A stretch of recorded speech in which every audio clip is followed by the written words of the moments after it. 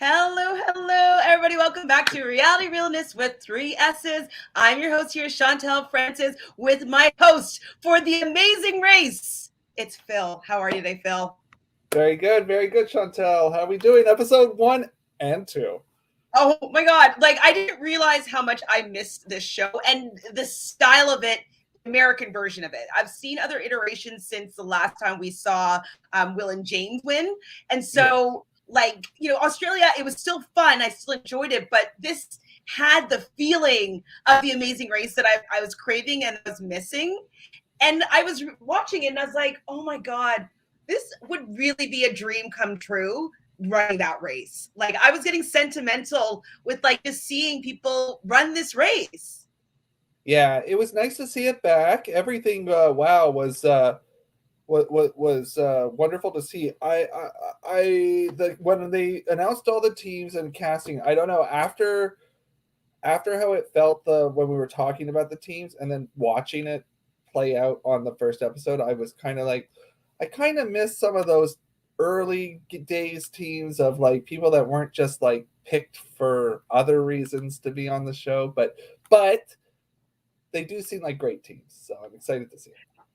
They do. And I actually, usually I'm the one that's a little bit annoyed with people, but I don't mind Kim and Ben. Well, good for you. Okay, that's great though. We'll just be going back and forth. Like, you hate them, I'll not mind them. And I might mention it later, or I might as well just mention it now. But it could. Did you notice that they were kind of having a winner's edit when they said during the second leg or episode 2, when he stumbles and she says that we're old people and the old people in this race, and even Phil at the mat first time around talks about like them having to be these 40-year-old or these middle-aged people like getting beat up by the younger people. So I was wondering if that was a little bit of winner's edit energy going on for them. Well, I mean, could be, the producers, the editors of the show, they always do things like that. I'm not putting that out there. I don't want that to happen yet. They're gonna have to grow on me before I will appreciate that win. Jeez Louise, you're so harsh on this poor middle-aged couple. Like, Hey, wow. I was team older couple last season. This season, I know, that's why you would think that others. you would enjoy these people a little bit more. Too goofy. We do have some friends joining us here in the chat. Hi, Jelly Donut. Jelly Donut says, I watched the Holderness says recap. Quite a bit of insight from them. Oh, I have not seen this. So I'll take a look at their YouTube channel and see their recap. So maybe there'll be interesting tidbits that we don't hear about. So thanks, Jelly Donut.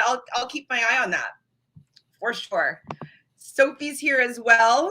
Sophie says it was a great season opener. It was nice that they mentioned that the first 3 teams took place before COVID. Well, I mean, they have to kind of mention that, and it's very obvious that it's like that's a land before COVID. Like, it's so foreign to see how free everybody is.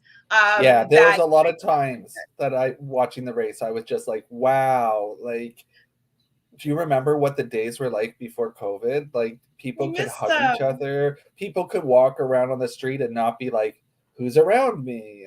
And yeah, I miss those days. Not that I hugged strangers, but like, I would probably hug anybody that gave me a clue on the amazing race, Yeah. So, very nice. Hi, Travel the World. Thanks for being here. And Sophie's here with a little bit of shade. Hi, Chantele. Will this be the only draft? Chantele, was this year? You know that I won the Survivor draft, and my only 3 players were the final 3. So only is not a part of this sentence here, Sophie. Hi, Adrian. So Adrian says MVP, in my opinion, goes to Raquel and Kayla because of how Raquel think during the male task, I could see a contender in those 2. Well, we're going to get to them. They definitely were the team that surprised me the most this episode. 100%. Did you have a team that surprised you the most? I really liked Raquel and Kayla. They really grew well. I liked them before in their interviews before, but I thought they were really funny. I think they bring great energy to the race. I think they're going to get along with a lot of the other teams, which is going to be fun to watch as well. Um, I was very concerned about one of my draft picks before with Sam and Connie, and I actually like Sam and Connie quite a bit. I think that they're a great team as well. Well, they didn't start out so hot. They didn't start out so great, and I think we clocked that on the commercials. We said, "Oh, they don't look like they're having a good time in the commercials," but they once they were able to get the jitters off, maybe they started to move forward, and they could be a strong team. I really was wanting more, I have to say. Like, I know it was a double episode, so it was 2 hours long with commercials. And I kind of really just want to get to after the reset. You know what I mean? I guess I want to know what it's going to be like, how things are going to be changing. Are any of the teams that have been eliminated, are they going to be coming back? Like, how is everything going to be reconfigured? So I'm enjoying it, but like, I know that everything's going to change, and I want to get to that part already. How do you feel about it? I think the pro to it actually happening this way is, at least for the first 3 episodes, it's not going to be about that. It's not going to be about COVID. It's going to be, let's get to know the teams. And I feel like they did a good job with that, with us getting to know the teams. But yeah, I mean, once they get into the COVID, episode 4 is going to be very heavy on how the world has changed. I mean, it could be really cool to watch, though, like going from not one person wearing a mask to only people wearing masks doing everything. So that, I mean, maybe not the racers, maybe they might not have to wear masks, but definitely anybody that would be assisting them or any people that are helping the task, facilitate the task, they'll all be masked up for sure. Yeah, well, I mean, if they're out in public, I mean, the racers might have to be wearing masks. Maybe. So, yeah, maybe. Who knows? Yeah. So we start off the whole season, the first episode, with Phil pretty much making a disclaimer, and I do think it was good that he kind of laid the tone, like laid the lay of the land, told us kind of what was going to be coming up, that there were 3 legs that were completed before they had to stop production. So I think that will be interesting, like the shutdown production episode, because this is reality TV, right? I like seeing the reality part of it. So I think that kind of peeking behind the curtain and seeing what's going on with production when that actually happens, I think that will be very interesting to watch as a viewer. I do too. I think it's going to be very interesting to see. I mean, I think we're going to know. We've been told that 2 teams are not going to be there, so I hope that they explain why. I hope they go into that, and it's going to be a real reset to how you approach the race. Definitely. So at the beginning of this episode, did it or did it not feel like Big Brother? That was the first thing I was thinking when they're all at home with their families. In this case, they had a phone, and it had Phil on the phone kind of giving them their first clue that they're going to be going to London, England, to Trafalgar Square. I really love this opening and beginning. It was better to me than seeing everybody standing in a line at, some monument and then just like go and start running towards their bag. I like everybody leaving from their home. What do you think? Yeah, I think it's nice to see their families. It's nice to see what their situation is at the beginning. I love that. I think it was Kim and Penn's, one of their kids said, don't come in last first or something like that. So good, they did it. So that's good. No, the kid will not be upset. But yeah, I think it's nice to see that way of going about it. It did feel a little Big Brother-y, but that's not necessarily bad.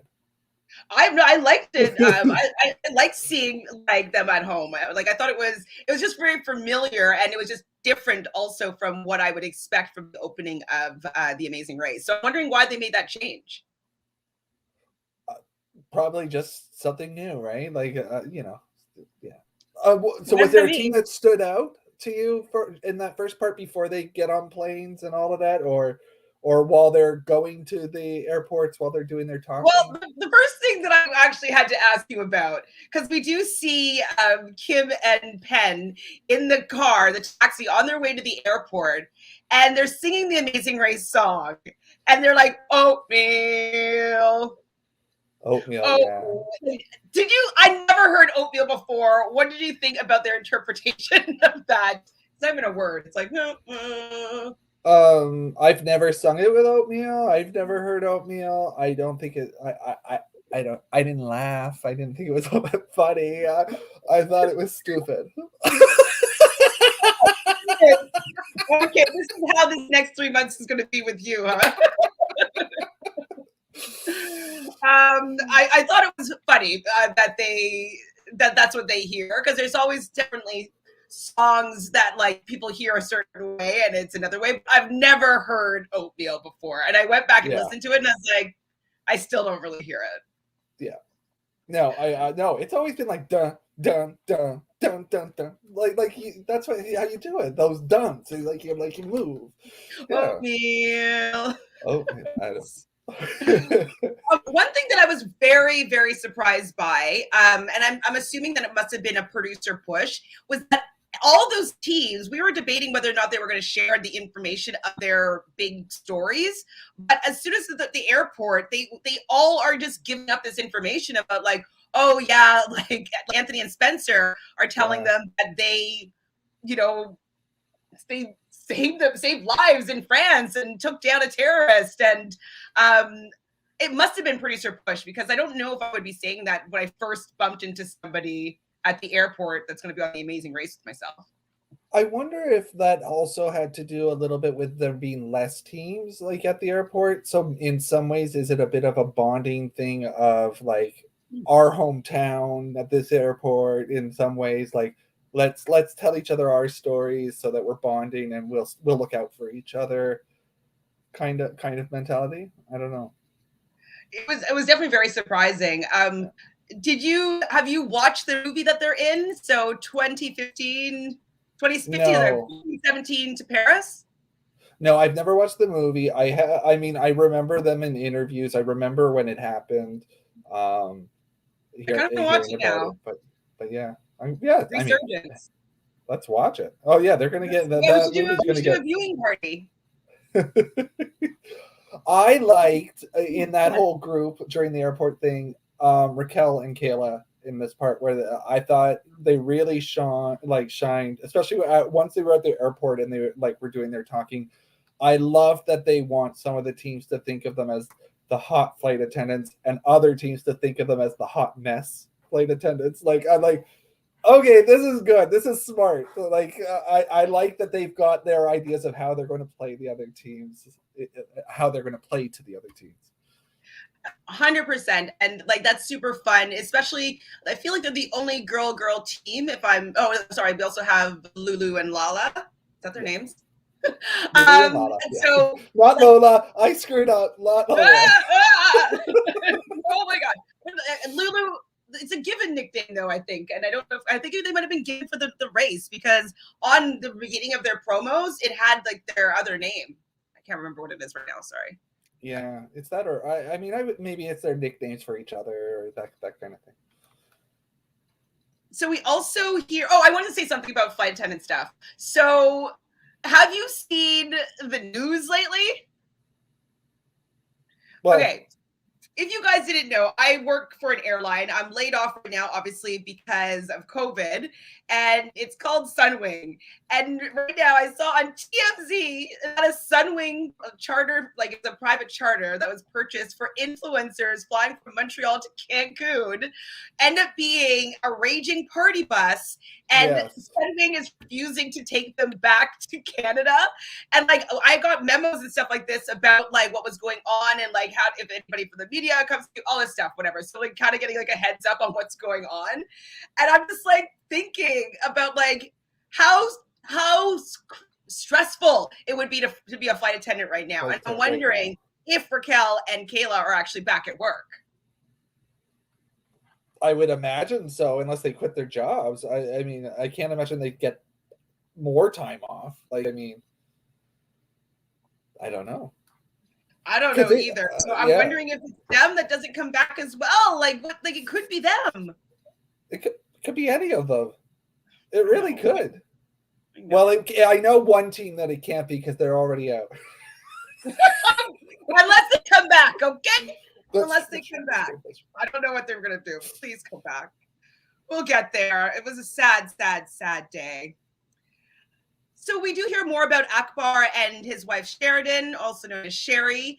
She works in the cafeteria. He works at a school, and they developed a lights on program where they were helping students have a place to go in the evening until 11 p.m. to avoid being in any sort of gun violence and teen violence. And I thought it was a pretty powerful program. We talked about that a little bit, but I didn't know that Oprah Winfrey gave them $500,000. I was pretty impressed by that, the fact that it had such an impact that she heard about it and wanted to contribute.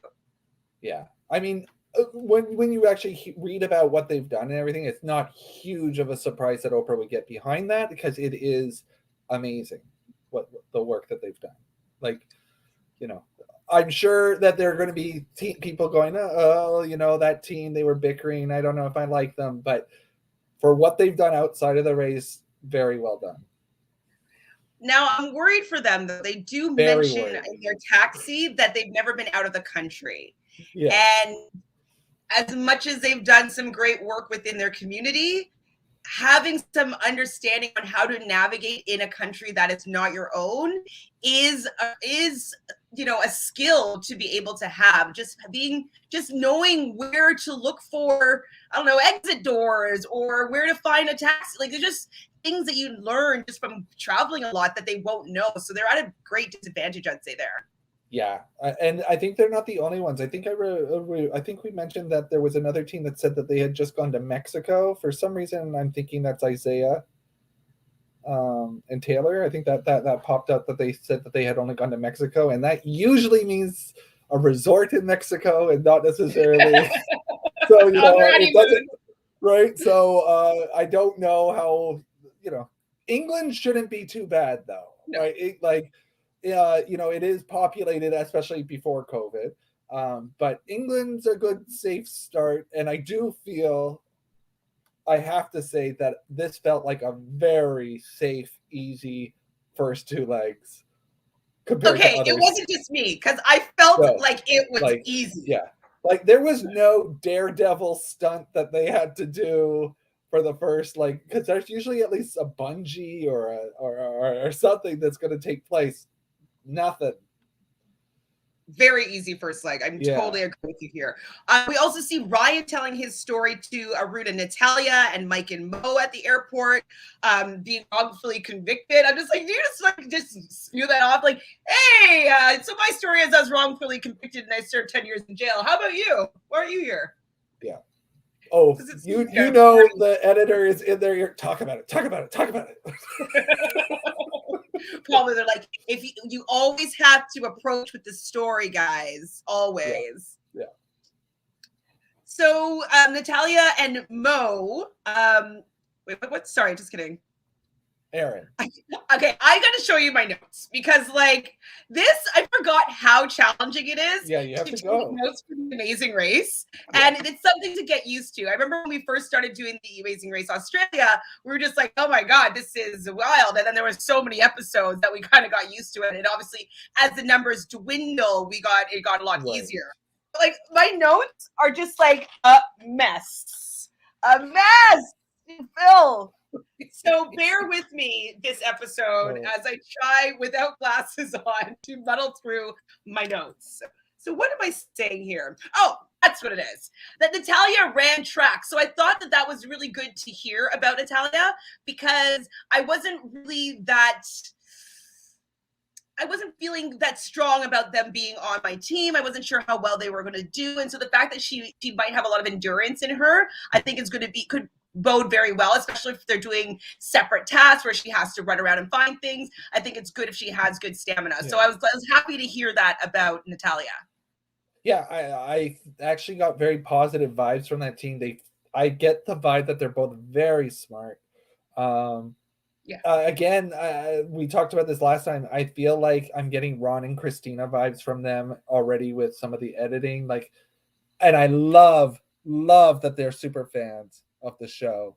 Like, love it. That like now I'm like, oh, I wish I had them on my team because just for that reason. Like, I love.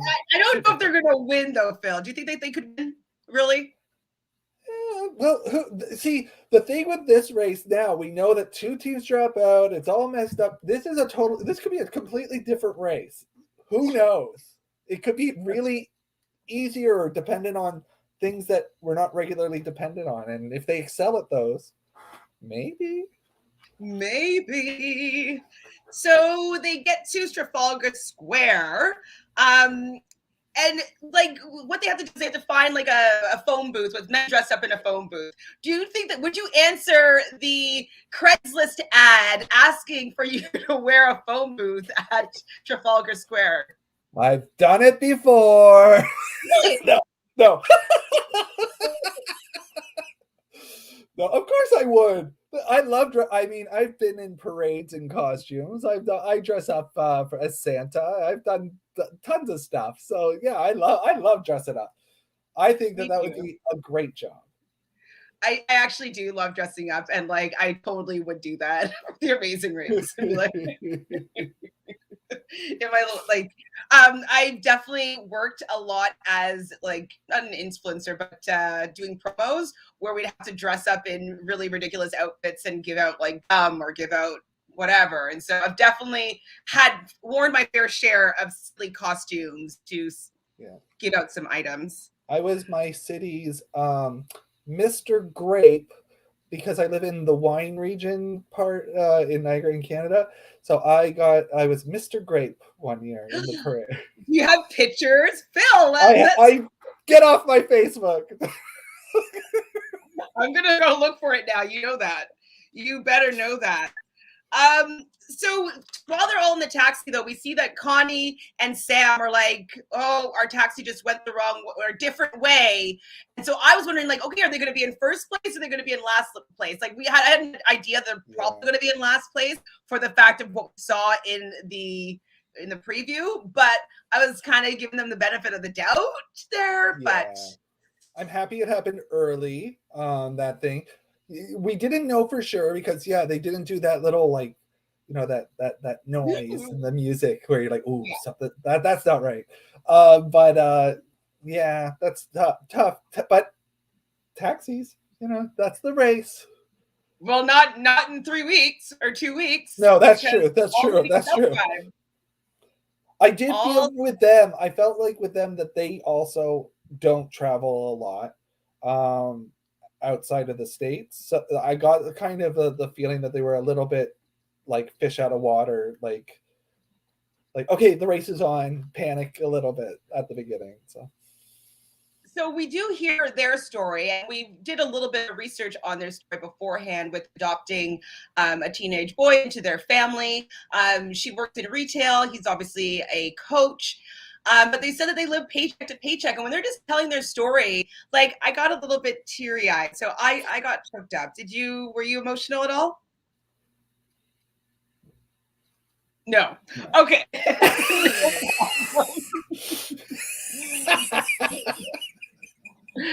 Jeez, Phil, what's with you this season? You are I don't know.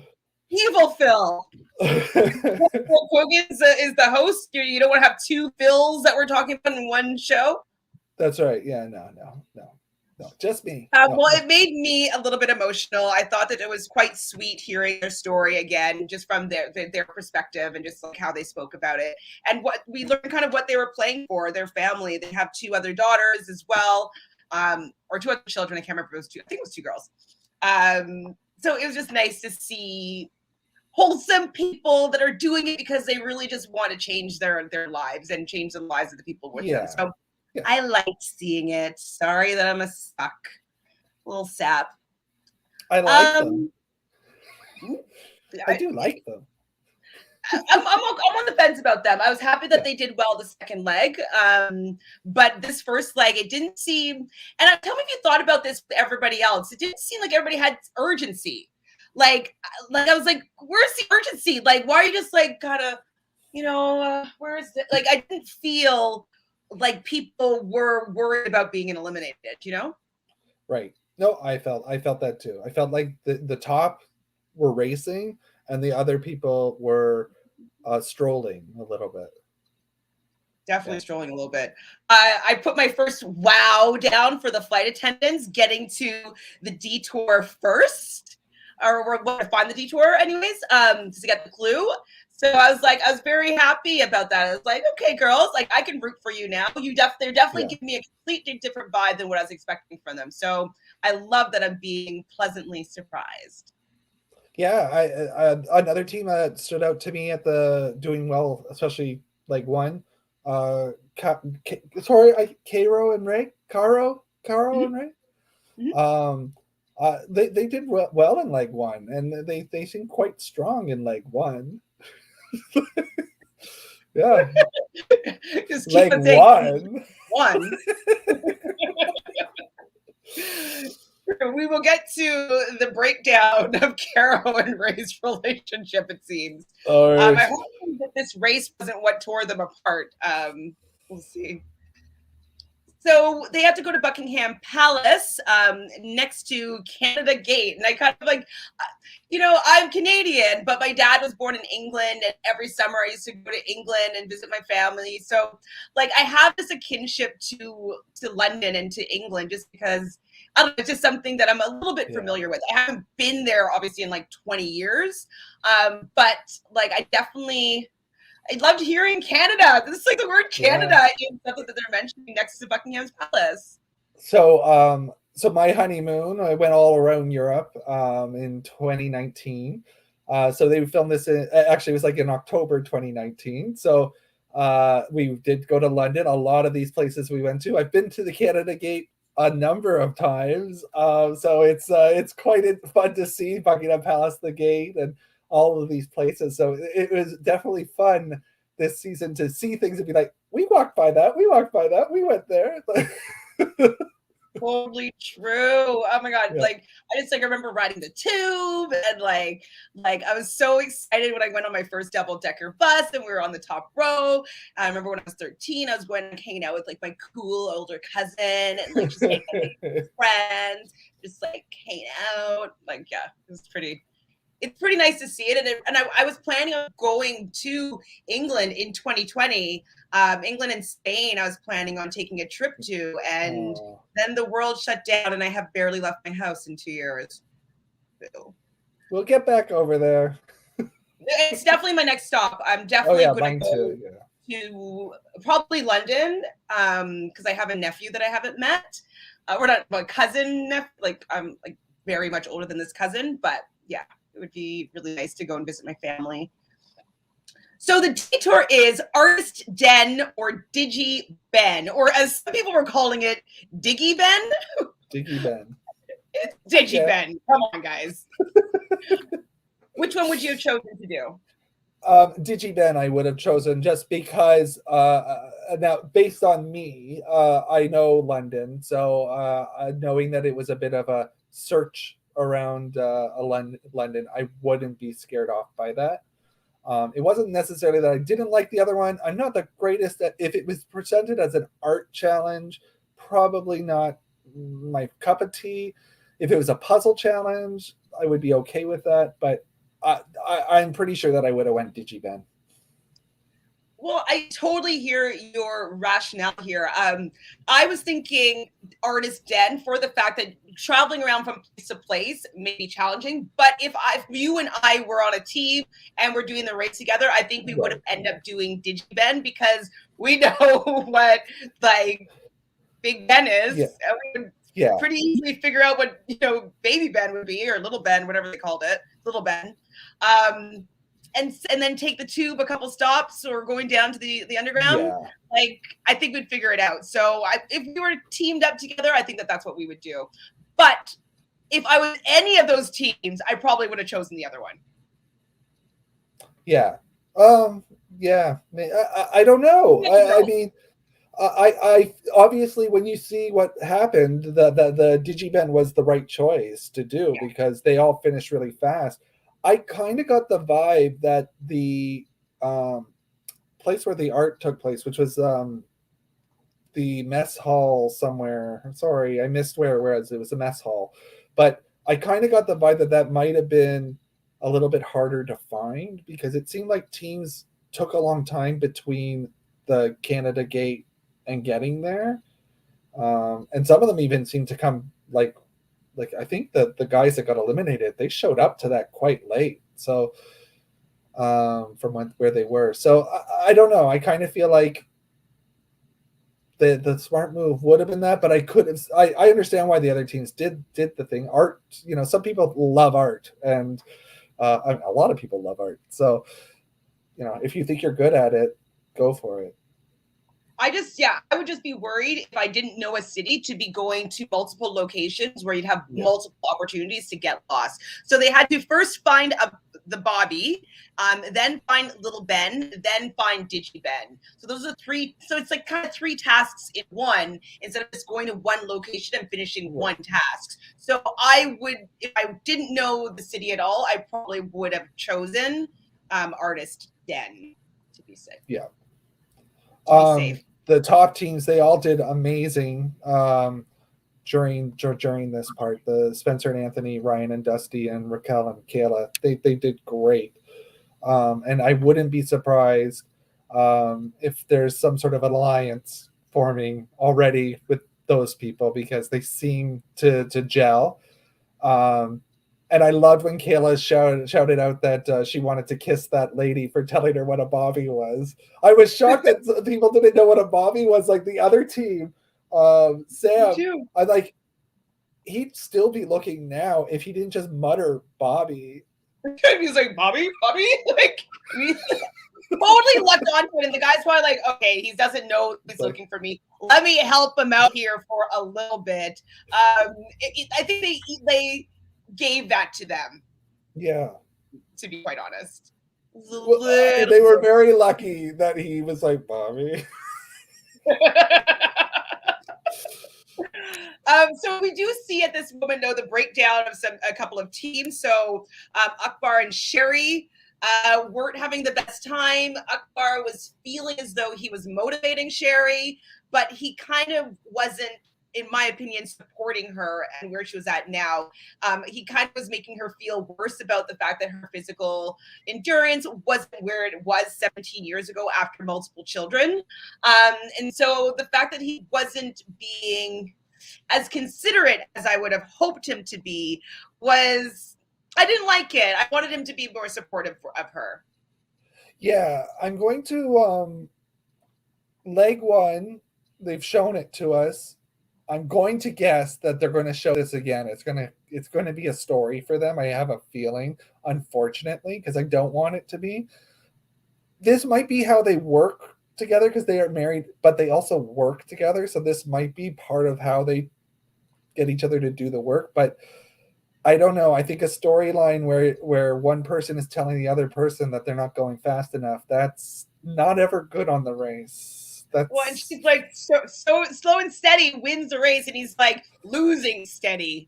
It's like, wow, boy, oh boy. So I hope that that's not their story, but I don't know. I have a feeling that's going to be their story. Yeah, it's probably going to be their story. And it's frustrating because I know for her, she probably was a really competitive athlete 20 years ago, but she hasn't been working out in the same way and conditioning her body in the same way. And if she's taken off a lot of time to be a mother and not really focusing on her cardiovascular health, I can understand why she's not able to keep up with him, who's probably maybe still able to play basketball, maybe with the kids sometimes or whatnot, and kind of have a different role with his health in that way. So it's a little bit unfair. But also say, Sherry, if you're going on the Amazing Race, you should be starting to do some cardio training. Yeah, well, yes, and leg one, slow and steady wins the race. That's a little, that's a little scary. You gotta, You shouldn't be that tired, like what? But I don't. I think she was a trooper. She kept going. I'm going to give them the benefit of the doubt on the first leg. Just hope that maybe they'll be hugging each other next leg because they win it or something. I don't know about that, but yeah, I think we'll hear more of this story though. Maybe in different ways. Maybe he'll shift the way he changes his tone, and then they start doing well. So I think it have a big piece in their story. Hopefully, it's a piece of growth rather than deterioration of their game. Yeah, let's hope. So we do see Connie and Sam finally finding the booth. So they took a long time finding the booth because each of these phone booths only had a certain number of clues. So they couldn't find, obviously being last at that area, they couldn't find the phone booth. And when they finally found the phone booth, they couldn't find the Bobby.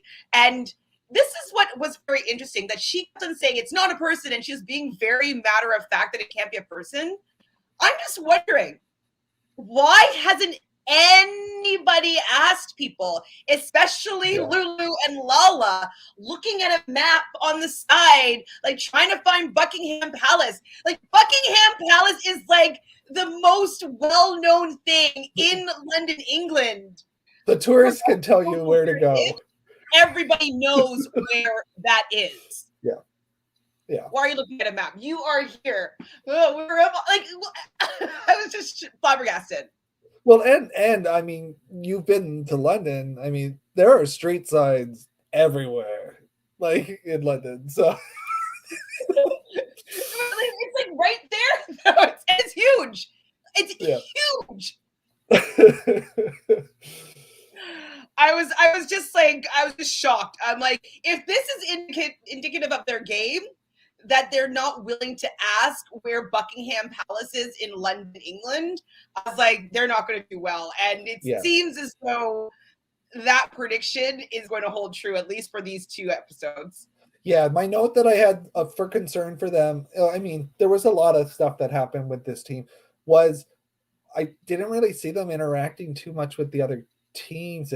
To me, it felt like because they're so far behind. Yeah, and they've even acknowledged that they're very similar in some ways, and they said they're different in some ways too. But they need. I feel like they're going to benefit from working with another team if they can. So hopefully, the state that they're in, they'll be able to get out of it.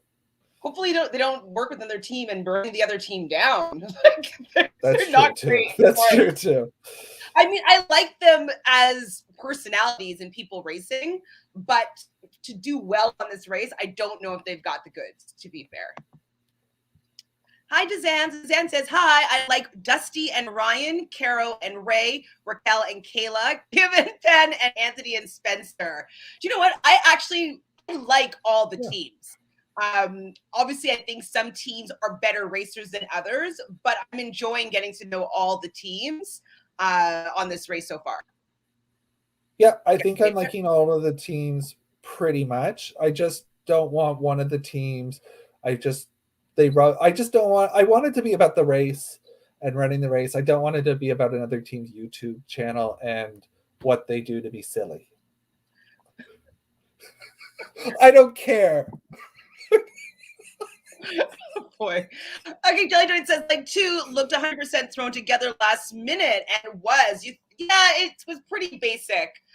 We will get to the basicness of like 2 for sure. Also, am I the only one that doesn't know what a bobby is? I knew what a bobby was. Phil knew what a bobby was. I've also done like London, like plays like Oliver, and so I feel like it's probably been, in a play with the Pat and the Billy Stick. Like, I don't know. It's just not something that I didn't know that people didn't know. So it's hard to say. I was surprised. Yeah. Yes, we know a bobby is a police officer. I can't get too excited about it. I mean, my family's all from England, and I've gone a lot, so it's come up. It's not like so obviously I know what that is. So there's a lot of things like that too. Like I remember learning. Do you remember all the rhyming couplet pairs, like apple and pear stairs? There's a whole bunch of different rhyming couplets that are really British. And I think there's one with Bobby, but I could be wrong. Apple and pear stairs? No, I've never heard that. I'll go and take a look at that and share it with you next week if it if I remember. If I care. Caro is my hilarious queen. I have to say that I'm liking Caro more on this race than I did on Love Island. I found on Love Island she came across a little bit ditzy, and I'm not really a fan of that kind of personality usually. Like I like a little more grounded people, and so she seems to be a lot more grounded here. And she used to always be kind of high pitched, squeaky voice, and she seems to be grounded in her speech as well. So I'm really enjoying Caro a lot more than I was expecting to, have to say. Yeah, I'm gonna say that I don't know Love Island. I haven't watched it. Sorry, but I liked her a lot. I thought she was and even like 2 when that comes up, I'm pro her in that situation. I think she was completely in the right with everything. So I think she did a very good job these 2 legs. I enjoyed watching her. I agree. I do get a kiss point though. We do see Kim and Penn kiss for a little moment. So I will get some kiss points. I don't know. Did you see that I posted the point system? Did you take a look at that? I have not. That's awful. I didn't know. I didn't tell me. I posted our point system. And I'll just read out to you what it is. Let me know if it's fair. Obviously, we can change anything that you really, really don't like. But I'm fine. I'm sure it's great. So, okay. So any fighting, it's going to be 10 points. Crying, 5 points. Contestants having like a fear of heights, fear of flying, fear of spiders, any sort of fear that comes up, 5 points. Needs a medic, 10 points. Vomiting, 5 points. Any kissing, 2 points. Mentions of what they are playing for, 2 points. Any nudity or black box moment, 5 points. And then some negative points here is going to be incurs a penalty, so minus 10 points. Switching switching detours, minus 5 points. Being eliminated, you lose 10 points. Survives the episode, you get 5 points. And first to the pit stop, 15, second, 10, third to the pit stop, 5 points. Nice. Oh my gosh. Okay. I started making notes of it, and then there was just too much was going on the page. So I'm going to go back after, and I'll find a little bit more of a methodical way to tally everything. But I think we both got some good points this round. Oh, yeah. Episode, so. Nice. Especially since you had teams in the top 3 both times. Yes, you're doing great too. You're doing great. Fine.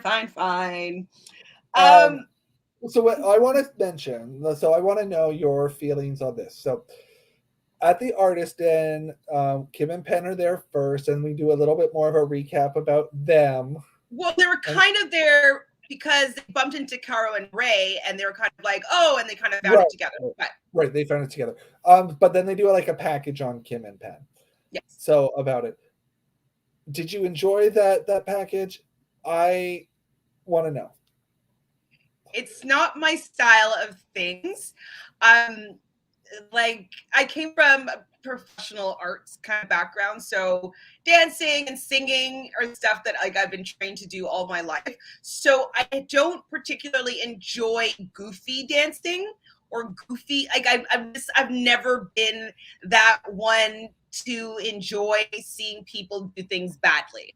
So if you ever remember the American Idol, when they used to show all the bad singers in the beginning, I wouldn't watch American Idol in the beginning because I don't like seeing people doing things poorly or sillily or awkwardly. So no, I did not enjoy that. And I wouldn't be subscribing to their channel if I saw them on my own. I wouldn't be sharing their video with my friends. They're not my vibe of content that I'd like to consume. Yeah. I mean, the Christmas video, I didn't get it. I don't get why people would watch that on like why that would be interesting.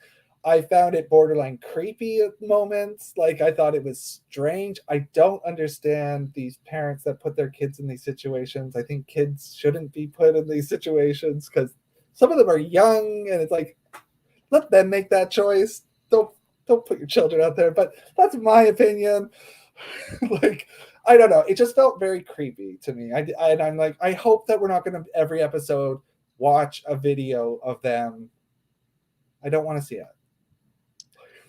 I'm with you here. I don't dislike them as much as you do. I don't find them as creepy as you do, but I don't enjoy their content. Like their gimmick, their persona, I'm not really down like digging that. But I don't mind them as two people on this as a racers. They're fine. I don't want to see any of their packages, if that makes sense. I don't have kids, so like maybe that's also part of it. Like it's just not my world. So I don't either, but I could imagine though, if I did have kids, I would do choreographed dances and stuff like that with them, but it would be good. The problem is it would be very good and together and organized. And if it wasn't good, I wouldn't post it. Just saying. So Jelly Donut says, Chantele, I have some tea on the original route pre-shutdown, not spoilers. I'm interested in that. Would you want to hear about that? I don't think that's got here. Yes, please, Jelly. We would love to hear. Hi, Joseph. So episode 4 will be about how the teams handle the pandemic. Okay, it's all going to be about that. Please, a little bit of race, though. I hope it's not the whole thing, though. I hope. Yeah. Okay, so Sophie says, so I guess after episode 3, the season might get boring depending on on the locale. Yeah, it's really hard to say. I think that it's possible for them to make things very exciting. I agree with you. I love that we're gotten to know these teams. So we're going to be seeing how these teams handle these challenges and not just be wowed and dazzled by the location and the tasks. So it's going to be a little bit more of a different look at these racers, I think. Yeah, I'm hopeful. Like, I mean, this has all come together some way quickly, and that I hope during the time that they had to shut down, that they really, once they figured out what the locations were, how to make them not all necessarily feel Europe-y, because, you know, the race is the things that we like about the race is all the different places that they go, the cultures, the communities that you see, and there are some countries in Europe that come across quite similar. So you're hopeful that like they maybe like it'd be really great if they maybe don't just stick with the major cities, but they do go into the cities, like into the towns and stuff like that, where you might be able to see a little bit more culture, a little bit different, right? I hope so. I mean, I think that they're going to do a decent job. Like if they're going to want to make it as amazing as possible if they're going to be bringing these people back during a pandemic to continue out with to finish off the race. So I would imagine that the creative team are like at like a 10. Like they're just like, got to make this really cool, really interesting, really unique. Like it can't just be like drive here and play mini golf. Like it's going to have to be a little bit more fantastic, I would say. Oh yeah. So I'll assume that they're going to go the length. I think they will. Joseph says, I wish it wasn't so obvious that Phil was standing in front of a green screen to film that disclaimer. I didn't notice. Did you? Not you. Oh, I thought he was talking about me. Did you have a disclaimer? Was it a disclaimer that you hate Kim and Penn? Oh, to film that disclaimer. Yeah, sorry. I didn't notice. I'll go back and watch it, Joseph, but I did not notice that it was a green screen. Makes sense though, but I didn't notice. Joseph also says it did feel like Big Brother. See, I did too. I wonder if they knew something was going to happen because they had teams leave from their homes and head for the airport to get to London. Yes. Phil, you were saying that you just think that they're just trying something new, but is this the first time that they've ever done that, or have you? I thought that season 32 that they did like I'm not remembering for sure because we're talking about it right now and I'm not ready, but didn't they do that in 32? Historians in the chat, you're gonna have to help us out here. I don't remember them doing that. I felt it was new when I saw it, but that does not mean that they didn't do it last season. Because they had totally rebranded in 32 and it was like a new thing. So for some reason I thought that was how they started 32, but I don't remember. I'm sorry. It's a while ago. So at one point, though, we see the four guys kind of running together, and I was like, man, like it's always the four dudes. Like the guys are all like guy teams are always going to do very, very well on this game, except for one that we'll notice this episode. Yeah. But I expected those four guys to do quite well, especially this first leg, and they did. And they didn't seem like they were sweating and really at all, or that they found anything challenging. Like it just seemed very easy breezy for those four guys. There was a point though when Anthony and Spencer took a taxi, and Dusty and oh my god, what's the guy's name? I'll know everybody's name next week. Dusty and Ryan. And they decide to walk to the next location. I was freaking out because I didn't hear them say in the clue that you could take a taxi or walk. Oh. And I'm like, oh my god, like are they making a cardinal error? So I was panicking for them. Did you have that same feeling, or did you hear it? No, I heard that they could take a taxi. So I'm sorry. I'm sorry I heard it. It was just me. I read the clue. I was shocked. So Arun and Natalia eventually do find the artist den as well. Michael and Mo finally get to the artist den. So there's a lot of teams that are working on the artist den. Yeah. Now, my biggest question is, are they not allowed to just kind of take a peek at what other people are doing? Or like, do they have to have their blinders on completely? Because we see Michael and Mo there. They get the instruction from the very flamboyant artist playing Banksy. And Mo says, is there any rhyme or reason? And Michael says, no, you just put them up there. Yeah. I think that was we're behind.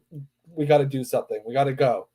I don't think that they were thinking about it, because they were watching the other team towards the end.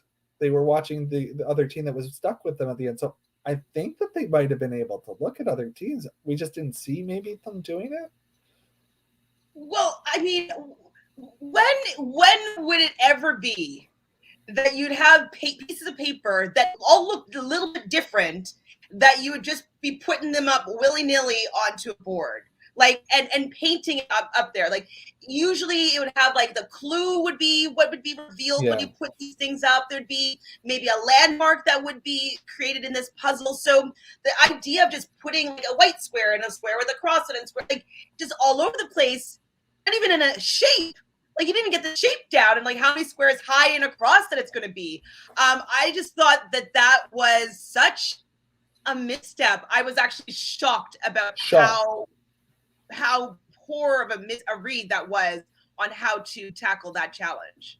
Yeah, I was surprised that I think there was another team too that they didn't figure out that it was a puzzle right away, and I was like, yeah, no, like it's a puzzle. It's not just pictures. Like put it together, and so I'm glad that they figured that out. But I don't know, were they recruits? I'm thinking they might have been recruits, because it's like this. There was no way that anybody that's ever watched the show would not have thought that they needed to put it up in a certain pattern. Yeah, Aaron and Natalia definitely did not make that mistake. No, they're just like, oh, we're bad at puzzles. And I was at that point, I was like, oh my god, like, are they gonna leave first? Like, I didn't think that Mo. I thought they would have figured it out more quickly, but they pretty much poorly put up all their pieces of paper with like paper mache glue, and then they get a check, and the guy's like, no, like, no. They're like, so they're peeling this off, they're ripping these pieces of paper, and do you think that it was intended for them to get new paper? Because why wouldn't they have received a new stack of paper earlier? They should have at least asked for paper. They didn't, and you could see the paper on the floor. Yeah, I think that they were stressed. I think they seem to have arrived late to that place, and they had lost their placement where they were, and I think that they got very stressed. Very stressed. But not the boys. So all the boys were able to make it to what was it? meet the Queen and Boris Johnson at the Chapping Forecast. So Anthony and Spencer do end up getting there first, I believe. Is that what happened? Yeah, they were pretty much there at the same time. Oh, and but Anthony and Spencer went in first, and Ryan in, but they're there at the same time for the most part, where they're catching the Queen and Boris Johnson having a nosh. Yes, having a little nosh. And so they now are going to be making their way to the pit stop, which is at the National History Museum. And I listened for the cardinal words of Phil Keoghan. The last team to arrive here will be eliminated. So I knew definitively that one of these teams doing the artist den is going to be going home. And a lot of those teams were mine that were left still. I was like, oh. Well, okay, so I want to ask, and this is how much did these people scare you that they really thought that was the Queen?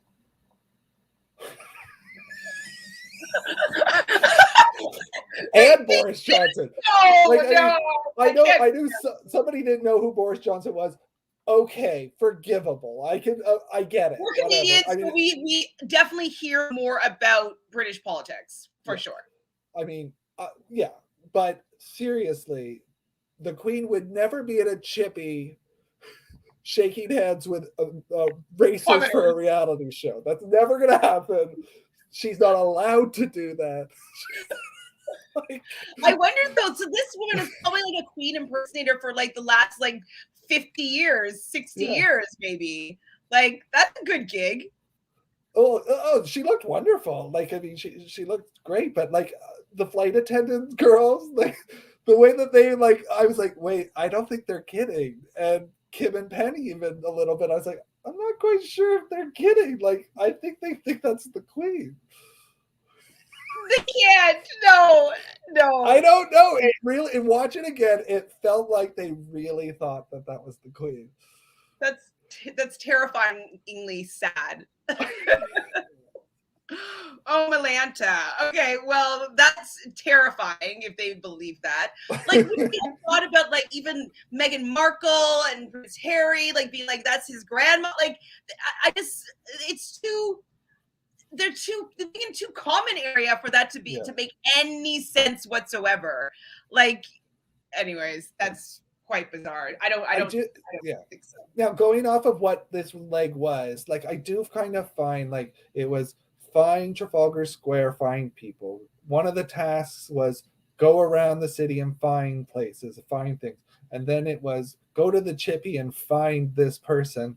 And it was just where are the tasks? Where why didn't they go to the chippy and have to make chippy? Or what where are the tasks that they have to do? They just sort of came and went.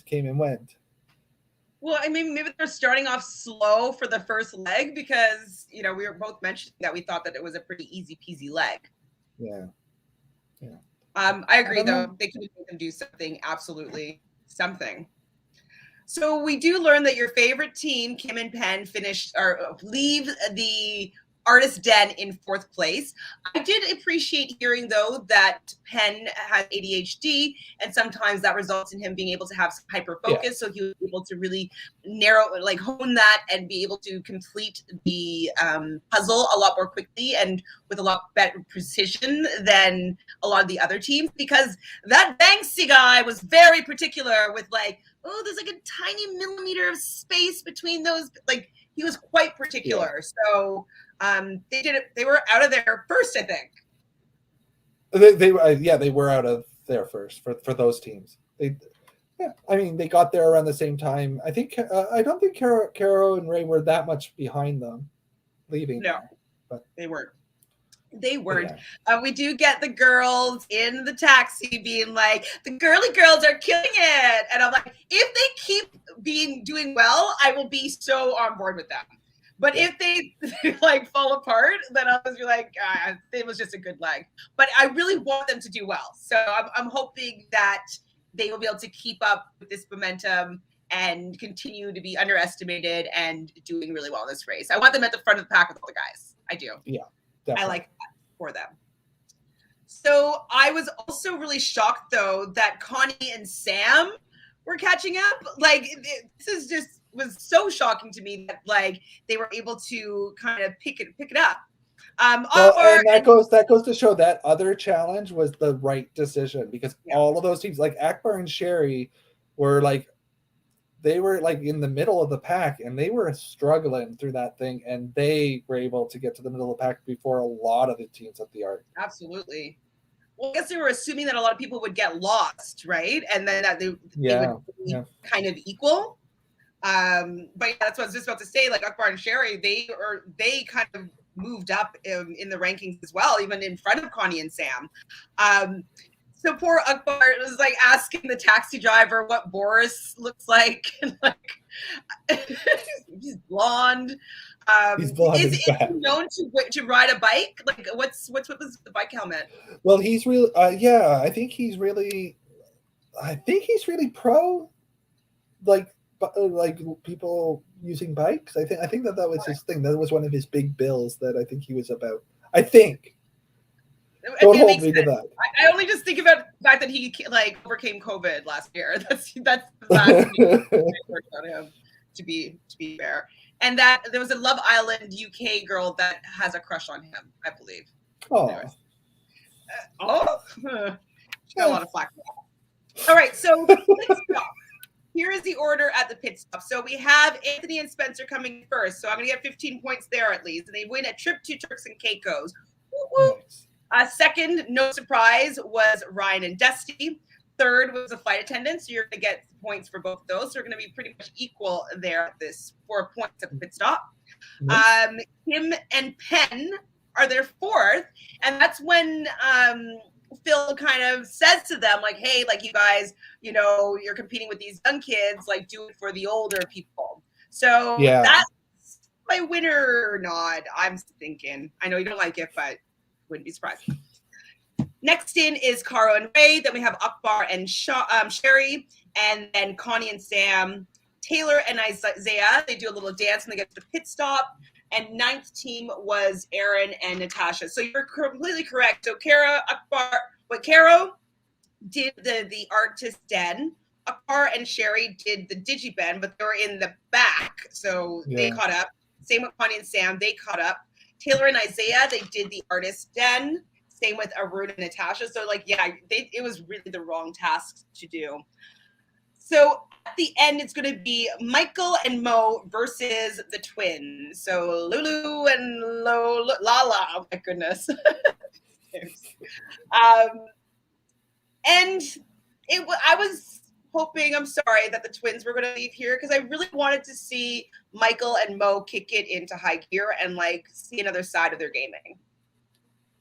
Yeah, I mean, I think both teams have something to bring to the race, so I was okay with either team surviving and either team going, because I would have been like, oh, that kind of sucks that they went.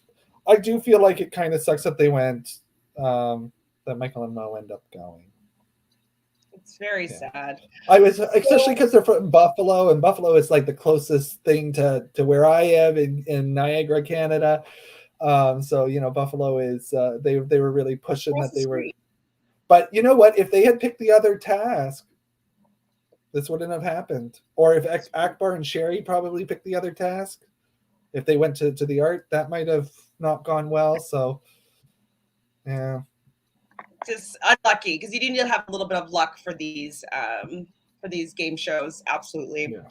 So Michael and Mo do finish this task first after they receive new pieces of paper to complete this art piece. And they leave, they get in their taxi, and then they can't find Greek Street. I don't know why they don't ask anybody, but they would rather run around looking for Greek Street instead of asking someone where Greek Street might be or where that pub is where the Queen was hanging out, because they have a name for it. So why wouldn't they just ask people if they knew where that was or Greek Street? They did not. And in the meantime, Lulu and Lala were able to find the Queen and Boris before the boys did. And the boys see the girls looking for a taxi going to the pit stop when they finally found the Queen. And so they know that they're behind the girls now. So we have, you know, the picture, the side by side, who's going to get there Race. first. I knew it was going to be the girls, and the girls did run in 10th place, which means, unfortunately, that Michael and Mo are out of the season right now, hopefully. And what did you think of their song? I was gonna learn it, but I was sad. I was like, oh man, you didn't like the song? As you've said, Clay, I'm being mean, Phil, this season. I'm glad that we don't have to hear anymore. It's fine not to hear anymore. I thought it was cute though, them sitting on the stairs doing the little ditty. I feel like Mo is not as good a singer as Michael. I think it was. It was okay. I was happy they that had good voices. I just didn't get the song. It was just, I was like, is this a song? Like, it just, there's nothing for it. There's a lot of space, and I don't know. Well, they sang I'm ditty. grumpy. They're gone. They're out of here. Okay, people gimmicks are going to be gone. They're going to be out of this game, so Phil can just be watching Wasters in peace. Oh, God, tough crowd, Phil. So, leg 2, episode 2. I love seeing the times, which, is my favorite part about seeing what times all the teams are leaving. So, in first place, leaving at 7:46 a.m. is Anthony and Spencer. So, the route info is that they have to go to the mail rail. Have you been to the mail rail? I have not been to the mail rail, but I did. Sorry. All I thought when they said the mail rail was, that is a great name for a gay bar. Sorry. It is. The mail rail. Yes. You know what? Okay, so there's a brass rail. Well, it's not open anymore. Brass rail in Toronto. It used to have, what was the name of the bar under underneath it or above it? It was called Remington's, but they should have called it. There should have been the brass rail and the mail rail downstairs. So appropriate, but I just Spelled M-A-L-E. I'm assuming, right? Yeah. Yeah. Well, I don't know. We love double meanings and stuff like that. So who knows? The mail rail. I like it, Phil. You might want to incorporate it by that name. Next up is Dusty and Ryan. So they're just 2 minutes behind at 7:48. And the flight attendants are 2 more minutes behind them. So that's at 7:50. And then a whole 13 minutes after that is Kim and Penn. So they were at 8:03. So the fastest of the artist den was about 20 minutes almost behind the front team. So really was a bad choice. So this is where we have the fall of poor Penn. And she says there is an advantage to some youth in this race. And I thought winners edit. This sucks for them. The video wasn't even that good. This could have been something for the YouTube page that set to music. This would have been funny. Well, they have it still. Maybe their kids will put together all the times that their parents fell on the race. So they make like a bloopers reel. 8:15 is Caro and Ray. 8:17 is Akbar and Sherry. And so it's the roadblock. So the roadblock is who still gets mail. So I think you would do that just because of the pun then. Yeah. Well, yeah. I mean, I do get mail. I send mail. I sent you a Christmas card. I love That's mail. True. Well, I received the mail though. So do I get mail? That's true. I don't know. I wouldn't be scared of the task. Would you have been scared of it? No. I'm decent. Actually, I probably would have been excited for it. If me and you were on the race together, I probably would have said, you're better skilled at a lot more things. This is one that you should just make me do. Fair. Like a dance challenge, right? Yeah, you don't want that, right? Exactly. So it's going to be a 6.5 mile railway track where they used to deliver mail. And so they're going to take this train to go sort through some mail and find the clue. Now, this also was very, very easy. And teams seem to figure out how to make it very, very challenging. What did you think about this challenge when you first saw it, and how surprised were you that people were messing it up? So really the challenge was getting to the location, right? Getting to the mail rail was the challenge, because basically it was like digging a pile that like remember so you watched some of the old season. So in the All-Star season, they went to Argentina and they went to this mail room, and there's the big classic Rob versus Myrna looking for mail that was addressed to them. Like that would have been more challenging. Like they had to go through the mail and find the thing that was addressed to them, not the thing where the whole one side is the amazing race. Like again, like I think people that in the chat have said like this second leg was completely like made up, and it just felt that way. Like it just felt like it was, well, what's open? Where can we go to? Who's going to let us go? It felt something. It just felt funny. Like it was very simple. I did hear that they were trying to reconfigure what they had planned to do, just with COVID starting to come into the conversation. And so things were not shutting down, but people were being a little bit more like, I don't know if that's the best thing to have all these different people here. And so things got a little bit tighter. So yeah, 100%. They're like, who's going to say yes to us having some wacky show, use their facilities for a couple hours. Yeah. So Travel the World, though, loved the mail rail. Thought it was so cool. I mean, it would be really fun to ride in it and like just kind of see. I love seeing things from the olden days. I find it always very fascinating personally.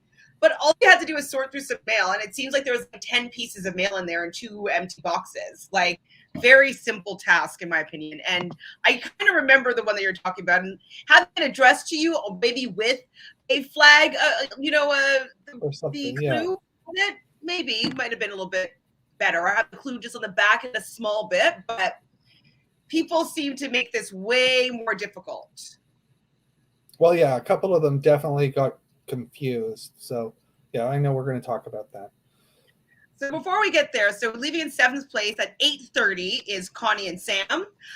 We do learn that Taylor and Isaiah are Geminis and Libras, which I love that. They're air signs, so we get along, and you get along with them too because you're a fire sign. They were leaving in 8th place at 8:32. Arun and Natalia were leaving at 8:45. And so the back of the pack was basically 45 minutes to an hour and a half behind the leaders. And that's with the twins leaving at 9:37, while Anthony and Spencer left at 7:46. Like, yeah. Whew, they're way I did notice at the beginning a lot of the teams struggled to get taxis, and I can speak when I was there October 2019, lots of issues with taxis and Ubers, and taxis following rules of like you have to be in certain places that we're going to pick you up. So train stations, subway stations, or the underground stations. And a lot of, we found like hotels, the only time that it was worked at a hotel would be if you got the hotel to call for you. It wasn't just that they would just pull over and do that. There was quite a big issue with a lot of the different ways of transport then. So probably was still going on at that time too. So that's probably what it was they just did not care to stop for people. That makes a lot of sense. And they had the same problem in, not off the Amazing Race, but I had some friends that were living in France for a while, and they weren't able to get taxis. It was before Ubers were really a thing, and like getting a taxi was pretty much impossible in Paris at one point. And so I can understand that if you put it in that perspective for me, that they have to be at designated pickup zones in order for them to receive a taxi. So, all right, I'll give them a little bit of a pass here. For maybe on the fighting. Yeah. Cool. So Ryan decides to do this task. Ryan and Dusty were there first, and Ryan finds his clue and comes back on the rail train, mail rail, before a second team even gets to do this task. So I thought that was pretty impressive that he was in and out and nobody even got to see him. Yeah, they must have had a fast taxi as well. So good for them. So they're going to be going to Leicester Square, Theatre City, and they're going to be choosing a detour. So decorate or bullseye, mate. Which one would we have chosen?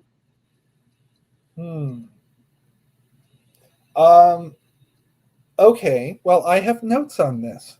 So I'm just gonna let you know that first off, Leicester Square. I love Leicester Square. Got tickets for shows there. That McDonald's that they showed, I've been in that McDonald's. I ate at that fountain thing that right outside. Like I have been there and I loved it. So it was a very nice thing to see. When it came to the detour, my gut would have been based on I think how stressed I was. Like if we were in the back, I think if we were in the back, I might have made a mistake and said we should do the darts. Like because I although the teams did the darts did it really well, the odds of both people getting that bullseye in 3 is really tough before it runs out. So I think that the decorate would have been better. My love of games might have been a problem for me, and I probably would have picked the darts, which probably would have been a mistake. Well, have you played darts before? I have played darts, but I cannot tell you that I'm going to always hit the bullseye. I definitely hit the board. I definitely hit numbers that I'm aiming for, but at most times. But it's also dependent on your partner how well they do, and I don't know. I think the decorate one seemed easier at darts, but I've definitely hit the bullseye before. And I remember someone was teaching me, like, when you're throwing it, you kind of have to, like, line it up as that guy was saying, and then, like, kind of aim at your elbow or something. And, like, anyways, I was able to get decent at darts in a couple of sittings, drinking a few beers. So I would have been on board with doing the darts with you. And I would think that if I'm worse at darts, I would just throw first. And just me keep throwing until I get it, and then you would throw. Like that's the only way that would make sense. Or would you still have to throw your 3 shots even though I didn't get any? You know? I don't know. I mean, they were all doing that, so I got the vibe that might have been part of the rule was you keep going back and forth. Still had to throw no matter what. Okay. I got the vibe that was it, but I don't think that they really said so. So I would have probably wanted to go first because I think what's most intimidating is seeing another dart already inside the bullseye. It seems like it's intimidating. So I would have wanted to go first, and then maybe you'd have to. Yeah, I think whoever has the better aim should go second in the sense that they would have a target, not just the bullseye, but now the dart as well to aim for. Yeah. But I don't know. The cake decorating one did feel like it wasn't really that hard of a task if you got it, if you understood what it was. Would you have been flubbing this task? So what they had to do on the decorate challenge was there was a bunch of different cakes that were made to look like flags in Europe, but they needed to pick 2 cakes. Cake flags to recreate that were part of the European Union. So we know that most people in the end did France and Germany. Were there any other cakes there of any others in the European Union? Or is it just the 2 of those? I think the only one there that was sort of the only one that should have been a stump would have been the Norway flag, I think. Because I think people would look at that and go, well, that's part of Europe. So I can see why people might pick the Norway flag.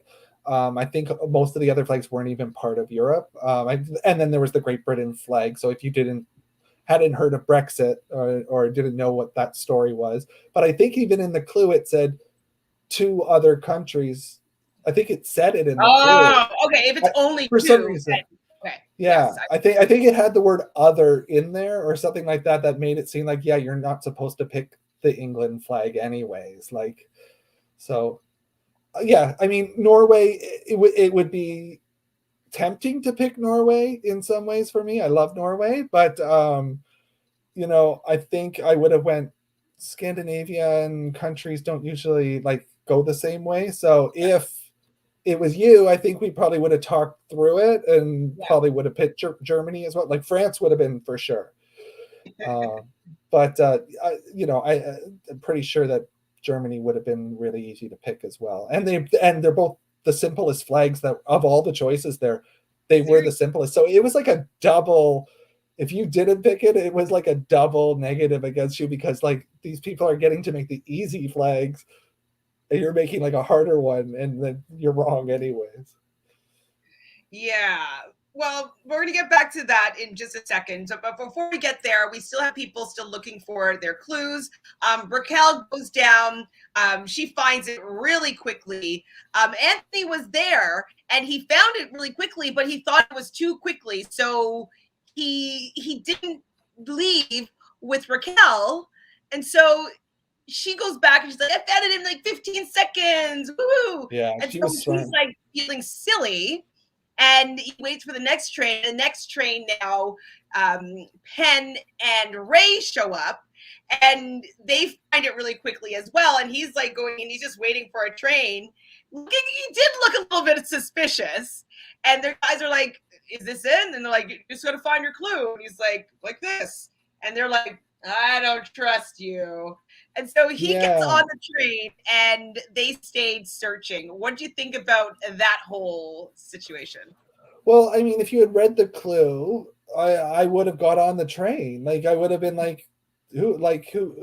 I don't know. I wonder what did something else happen at any point that made these people distrust Anthony in any way? Because it was kind of weird that they were finding him that shady that like. And then they saw him get on the train. So I don't know. It was kind of a big mistake to just not go and reread your clue to find out what you had to do for sure. Because it told you had to find the piece of mail. Yeah, the clue. Like, so very, very strange that they were just so focused on it being more difficult than like what was staring right at them. And maybe that's it. Maybe they got thrown. Maybe it was difficult, this leg. Maybe they got thrown because it was an easy leg. And so they made it difficult on them because they're like, why is this so easy? True. Okay, sorry. We're going to talk for 1 second about your favorite people. So Jelly Donut says it took over 5 days to realize that they were referring to the vocals from the opening credits. So oatmeal. Travel the World says, isn't that part of their shtick on YouTube to sing songs like that? Oh, I didn't know. It's not a thing. Or I would think it is. I think it is YouTube. It's not the content that I follow. I follow reality TV stuff for the most part. So, or like I think it is. I don't know them at all, but from what I've seen, it seems to be like it's silly family things. They do songs, they do games, they run around, act goofy, drive people crazy. So Adrian says, I wouldn't call that giving information or push from production. It's just teams getting to know teams. Which part is that? That might have been about when Ryan and Dusty were sharing their story, maybe? I think it would be after that. Oh, okay. Maybe. I don't know. Anyways, I don't know. I'm trying to catch up here. Anthony and Spencer's story. Okay, no, this is too far behind. I'm sorry, guys. I'm going to have to jump ahead with your comments because I haven't been keeping up. So Anthony doesn't end up leaving. They stay, and then the rest of the pack shows up, and like the two guys, so Penn and Ray are freaking out now that they wasted half an hour, and now everybody's catching up and starting to second guess themselves, being like, well, what are you guys looking for so much? Like, is there more? Are we supposed to be doing more? And they're like, no, I just thought that there might be. So they all end up going back, and we see now, I think is the scene of the episode with Caro and Ray in the taxi, and Ray's explained to them that they spent an extra half an hour looking for this, and she was just kind of like, well, you just had to look for the clue. Like, why don't you just like get the clue and go? Yeah. And he gets quite rude, I'd have to say. Yeah. I think he said you do one and see if you can finish it in 5 minutes or something like that. I think he said 2 minutes. Hold on. He says next time you see a clue. In 2 minutes, I think it said. Anyways, yeah, 2 or 3 minutes. I think he said 2 or 3 minutes. It wasn't even 5. You find it. I don't know. I thought, yeah, I mean, he was the one who made the mistake and obviously was feeling silly about it. It's one of those things where you probably need to just drop it and not talk about it and just move forward. But they're a new couple and they're being challenged in ways that other couples aren't being challenged. Like they're getting to know each other still. I don't know. I've never watched Love Island, as I said, so I don't know how stressful like, do they get put into anything that would be like a challenge or anything together, or is it all dating? What's that show like? So Love Island, basically what happens is they usually start with five women get to love the villa, and then they're all standing in a row, and 5 guys one at a time goes and choose who they want to be partnered up with, and then they start getting to know that person, and then there's little ceremonies every few days. They want to stay partnered up with this couple, and basically you're trying to build relationships. There's people that come in, bombshells that try to get between some relationships to see if they have their own connections. Sometimes there's like audience dumping of couples. And then basically in the end, the final 3 couples will be voted on by the audience to win Love Island. And there is, depending on where they're from, a prize of some sort. So I think in these states, it was $100,000 prize for the winners. And then there's the whole like split or share type dilemma. So it's like one person gets the money, the other person gets nothing. Okay. Do you want to share this with your match? And so, or your couple. Most people do. Most people do. You know, 20-year-old Phil loved Temptation Island and Exit. What was that? The Eden show. That was like a little bit more, and there was all those like shows like that were like Forever Paradise or something. I think like all those. I would definitely have loved it. Now I just can't stand that stuff. So sorry. But they're being challenged. They're being challenged in a way that they have not been challenged before. They are having to deal with sunny real world situations, like dealing how to handle somebody failing at, or not failing, but not doing well at something, and how the partner reacts to it and how to get through it. And so, well, I thought she handled it very well, because I did too. He's like, are we good? And he's like, yeah. And she's like, are we good? And he's just like, you know, and like, so then she was like, okay, so she just brushed it off. We saw that she's like, if we're good and you're saying that we're good, I'm not going to stay on this anymore. And then she completely switched gears, starting giving her confessional to the camera in a, you know, not staying in that vibe. But I do feel that he will be the downfall of their team, because it seems as though he thinks that he should be better at a lot of things. And I don't think that he liked the fact that he wasn't good. And he doesn't like maybe her telling him that he should have done better, or he's taking it that way. But she's just kind of like, well, you know, if you're told to go get a clue, just get the clue. Like, you don't have to overthink it. And he was just not taking it the right way at all. So I do think that he will be their downfall if they go home.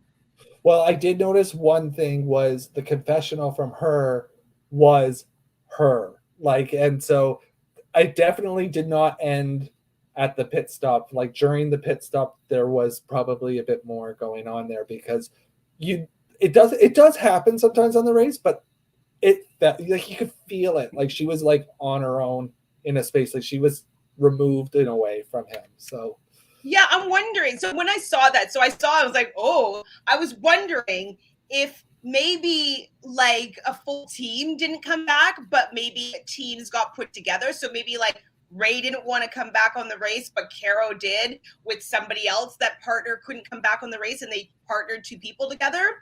I was wondering if they filmed that maybe after the fact or something, because I didn't understand why she was alone in that moment. Was it just to create the separation in her team? Because later on, they do show them together again talking about the race. So I was wondering if that was put in later. Maybe they weren't teammates anymore. Maybe this was after they come back from the break. Like, I definitely put a pin in that as a flag of some sort. it stood out to me, but yeah, it's unfortunate. And I mean, we do know that they are not together anymore. So I wouldn't be together with him after that taxi ride. I was like, oh, yeah, that's how you act, and that's how you're going to talk to me about something that I'm trying to encourage you and like do better next time, and you're going to give me this kind of attitude. Like that would probably be a huge red flag for me for how yeah. you deal with stressful situations and how you're going to speak to me about them. So I mean, some people have done well with like a fresh relationship in the race, especially like I mean, I remember the blind date season. Like there were people in that did well, but I would think that that's a really tough thing to do when you're just starting to date somebody to go on the race, and because it brings out a lot of emotions and a lot of different like things that you're good at, things you're not good at, um, and judgment. Right? It's hard. Like you judge people like, well, I can do it. Why can't you do it? So. Uh, a lot of hurt, and if you haven't built those things in your relationship where you can talk to each other and communicate properly, good luck. and like he could act like that. I can understand just like kind of blowing off steam and being frustrated with yourself and like maybe just being a little bit rude to her in that moment. Like I'm not saying like I'm an angel. I'm sure that like I might have like I might be snarky or something at a point, but I didn't get to see him apologize for that. I want to see him being like, hey, I was stressed out. I felt really bad that like my performance was going to hinder us in the game. I'm sorry that I spoke to you that way. I need to see that from him in order for me to get over this. But I haven't seen it yet. So right now he's a big red flag for me, All relationship right. wise. All right. So pretty much at the end of this leg here, we see pretty much all the teams did the cake decorate. The only teams that didn't were Sam. Well, we know the Dusty and what's his name, Ryan. Ryan and Dusty, Sam and Connie, and Aaron and Natalia all did the darts. Correct. And I'm gonna say that they did well. They all did well with the darts. So Definitely, well, especially if Arun and Natalia were able to really bump up in the leaderboard. yeah. We know that the cake was the mistake. Yeah. I mean, again, it's if you can do the darts, if you feel you can do those darts, otherwise you're going to be there for a long time. And again, I don't know necessarily how difficult the cake was. It was the test there was figuring out the Europe thing, and everybody once they got it wrong once seemed to figure it out. I believe didn't Caro and Ray, though they did it right the first time, but she lived in Germany for 6 years and then she knew the other one was France. No, they did it. They did it on their second time because they did Germany. I think they did Germany and Norway. Oh, yeah, they didn't do the. I think they meant. I think so, or they did France and Norway, and then they did. No, she knew Germany. She did know Germany, so I think maybe they missed the France the first time. I think they were the team that did the Norway one. Oh, I didn't write that down. I just did that they did Germany and France. So I don't know. Yeah. Regardless, though, I was surprised that they let them slide because you could see some like streaking of like some of the sauces, and if they had Banksy like judging this, none of those cakes would have gone by. They did send Kim and Penn back once because they had some like blueberry sauce that was kind of where it really should be. noticeable. Yeah. But I definitely thought that they were being quite lenient with these people. Maybe they were taking a lot longer than they anticipated. I think though the baker judge has to be entered into that long list of great judges that really like made the race fun. I thought he was wonderful. He was fun. He was definitely fun. He made you smile this episode, Grumpy Phil. Which one? Look, Grumpy Phil is saying something nice. Smile, Grumpy Phil. Look at that. The baker made me happy, and seeing Penn walk into the sign. Yeah. Oh my God, you're brutal today. So Ryan and Dusty maybe finished their darts pretty quickly, and they're going to be going to the pit stop, which is going to be a double-decker bus in Russell Square near the metro station. There was a couple of moments I just wanted to mention at the cake decorating spot where I thought it was hilarious and karma because the girls the attendants were doing England and France, I believe, were the two flags that they decided to do. And they seem to have some sort of alliance-ish with Anthony and Spencer. So the boys asked them, like, what flags did you do? And Anthony knew that that England was not part of the EU, and he didn't tell them. But he was so sure that the Norway flag was in the European Union because he has so many shirts with that flag on it. Can you help me with the rationale here? And do you think it was his just desserts to get that wrong for not setting the girl straight? Well, no, that's karma, right? He was so sure of how it was going to be. I'm not surprised that Anthony is a competitive person. Anthony and Spencer, they seem very competitive. They're there to win, and so I think they want to win every leg that they can win. They're that team. So. All right, so first on the double-decker bus is going to be Ryan and Dusty. They get some tea. I love some tea. I did have a cup of Earl Grey tea this morning, and I usually have a couple of Earl Grey every morning, so that's the Brit in me for sure. I will have Lady Earl, which is equally as tasty. Next up, we have Connie and Sam. So getting like from pretty much worst to first. Like they went from the back of the pack to the top of the leaderboard. So very impressed that they bumped up there. Arun and Natalia, they're third. So another team they ended the last leg in 9th place and now they're in 3rd. So I thought that was a great, fixing their spot in the race. And then we have Raquel and Kayla. So we know that they had, on their second attempt, they were able to get that correct. And so if they hadn't made that mistake, they probably would have been in 2nd place. I definitely love that they run onto the bus and they go, coffee? like their flight attendants. Coffee. So far, like 2 legs, they've at least said something questionable. Because once I thought that they thought the Queen was real, and now they're asking for coffee in England. Not in England, babe. Not in England. I thought you were meaning for the fact that they say that on the plane, but no, I was wondering. I'm like, they're definitely not going to have coffee in England.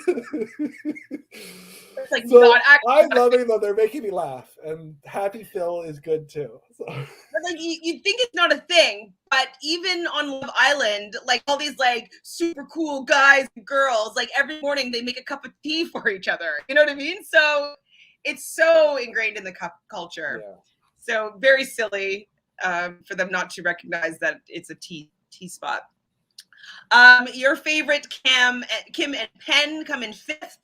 Caro and Ray come in 6th. Anthony and Spencer fall from grace. They're in 7th place. Yeah, they had a really bad cab too. They had a really bad cab. True. Yeah, they were kind of like a lot of roadblocks. Slow guy. Yeah. Akbar and Sheridan are in 8th place, and then 9th place is Taylor and Isaiah. They also did the cake, both of those teams. And then 10th place is Lulu and Lala. So they were like way late getting to the cake. I don't even remember if they made a mistake, but regardless, they were just like way at the back. They do. Yeah, they had that argument too, right? They had that argument, which also, I mean, that was quite tense as well, and got like, I don't know. We don't quite understand the whole story because it's really about stuff that happened before the race in somebody's one of them's their relationships. But like, I don't think the timing was right to be talking. Like, why are you talking about that right now? Like, don't even talk about it. Like, well, I think what happened was they were being prompted by the producer being like, so how are you feeling right now? And she's like, well, like my past relationship used to really put me down. And so those words are coming into my head right now. And then the other sister was like feeling upset that, she still has that inner monologue of that poor relationship. And then the other sister's like, well, why are you like crying about this? And like they got into a fight about it. It was a very, very sibling fight. It's definitely going to be some points for you. So some tiers. Would you call that fight points as well, or just tier points? Oh no, they were fighting. Okay. They were fighting.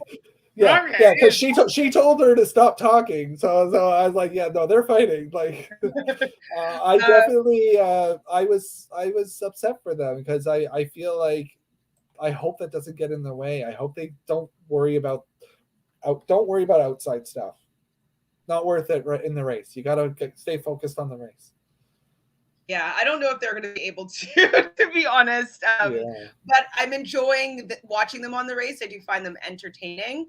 I don't know if they're going to do very well, though. They're going to be closing out often, I think. Yeah. I had one other thing that I wanted to mention about this was just I really felt like they should have had the elimination in the second leg. Like, and I'm sure, they don't know when they're showing things. And of course they, with COVID and how they want to show it, but it just felt like, especially because it was like a to be continued but that really, there was no drama to that. Like, it just didn't feel like they should have at least maybe opened the clue and started going or something. It just didn't end on, I'm excited for next week. Like, I am excited, but the show didn't make me excited for next week in the how it ended. Yeah, I totally agree with you for the fact that I was like, it was anticlimactic with the second one being a non-elimination, just because I would have rathered it be the other way around. So it would be a complete episode. Totally agree with you there. I think that it would have been nice for all those teams to kind of really get their footing, because we saw how much these teams really, shuffled the board from the first leg to the second leg. So I would have loved to see Mo and Michael being able to figure out a little bit better how to work together, learn some of their strengths and their weaknesses before they're just kicked off the race so quickly. So I agree. I wish that the first leg was non-elimination, second leg was elimination, someone goes home, and then we start the third leg like a normal race. I don't like seeing a to be continued or middle of a leg. I like the completion of a story. So I'm with you there 100%. And then did you notice on Canadian TV? I doubt this happened on CBS because I think this is from another channel. It might be on CBS because I don't have cable. But what was with all the commercials for Joe Millionaire? Like, how is Joe Millionaire still on the air? No, a new one is coming. It starts tonight. There's a new season of Joe Millionaire, so they're reviving it. You know that's what they do. They never want to take a chance on a new idea, so that you have to go back to the well and revive an old season where they know that they're going to have some built-in viewers. So, like, when you no, I don't. And they're gonna bring back like that Brat Camp one, and then they're gonna be bringing back all these shows that we don't need to see ever again. Like, just do the good one. Well, Beauty and the Geek I'll watch. I liked Beauty and the Geek. What about the Swan? I don't think that they could ever do the Swan again. Oh no. Yeah, I mean, some of those shows, yeah, I don't think that they would go over very well anymore. So, Travel the World says that they're going to Glasgow, Scotland next week. Have you been to Scotland? Oh, yes. And I've been to Glasgow. Yes. Very excited. I love Glasgow. It's great. That's super fun. I hope we do. Where did we hear that they're going to be going as well? Oh my gosh. I'm blanking, but I know that there was a whole bunch of places. Was Greece was one? Portugal. I've been to Portugal. Switzerland. They go to. I think that's the first one they go to when it all gets back to normal. Which I've been to Switzerland. Do they go to Amsterdam? I've been to Amsterdam. I've been there too. I don't know if they do. No, see that. Yeah, I mean, it's always nice when they go somewhere that you've been, and it's like, oh, I've been there. Like this episode, there's a lot of that, and that would be really obnoxious if you hadn't been and you're listening to me talk about it right now. Yeah. Joseph says 2 hours was way too much. Sorry, we're going to be 2 hours here right now, but it's the first episode. Trying to be clunky around here about like talking about it. I'll get this a little bit in tip-top shape hopefully next week to like cut it down to around an hour, closer to an hour. So this one's going to be a little bit lengthier. So Phil, do we want to quickly go through our two surveys? Do you have time, or do you want to just start the next definitely. week? So I'm on it right now. I can let everybody know. So we do a survey. Chantele will put the link up. Always fun. Earlier this week when we did the pre-show, we asked in the survey, which season 33 team are you rooting for the most? We had a tie between two teams. One was Akbar and Sherry. The other was Taylor and Isaiah. So that's great. Those are two teams that weren't high on our draft picks, but definitely I think are going to be entertaining to watch. So that's going to be good. Which season 33 team do you think will win? We had a huge, it was really between Ryan and Dusty had the top, and coming in second was Aaron and Natalia. We're in there. Very surprised. Okay. Yeah. Favorite Amazing Race seasons, all over the place. Somebody said Amazing Race Australia 2 or Amazing Race 5. Which definitely are a lot of 5. Season 5 came up quite a bit. Season 31. Who was in season 5 again? Season was Chip and Kim, Colin and Christy, Charla and Myrna were big stars out of that one. That was a good season. That was a good season, yeah. Honestly, anything between 1 and 10, love it. So I miss those days. And then your favorite former team, we had a lot of all over the place. Terry and Ian, Flo and Zach, a lot of Amazing Race 3 teams actually there. Brittany and Janelle, Boston Rob, Brooke and Claire got a lot. So yeah, a lot of different people there. So nice to see. Bear with me quickly as I quickly open up this week's survey. Talk amongst yourselves. There we go. All right, we'll just see what Adrian or Joseph is saying here. Yeah. So Glasgow, Scotland is where everything goes to hell. By the preview, it looks like they are kicked out. They kicked out the second team. Then bam, it happens. They are forced to shut down 6 days into filming. Wow. Okay, someone in the chat has T on a certain team. Oh, and now I'm thinking I know which teams didn't come back. I mean, I'm thinking the teams that didn't come back. I don't have any spoilers. I was definitely trying to avoid spoilers. I haven't been looking too deep into these teams because I don't want to stumble upon it. And I also haven't finished doing all my tarot predictions, so I don't want to know any more than this episode. I did a few of them so far. I hadn't gotten to Mo and Michael yet, so I still might do them just in case. Who knows? They might be coming back. We don't really know for sure. So I'm still going to do everybody's since we don't know how this season's going to shake out at all. But I would think that maybe Carol and Ray don't come back or don't come back together. Maybe they come back separately, is like what I was saying before. Could be interesting. I don't think that Aaron and Natalia are going to come back, as I said before, just for the fact that she was saving for her, like hoping to win for her wedding, and then she's been married since, so she might not be motivated to leave and go travel with her dad again. The timing might not be great. So those are my 2 picks of the team that don't come back.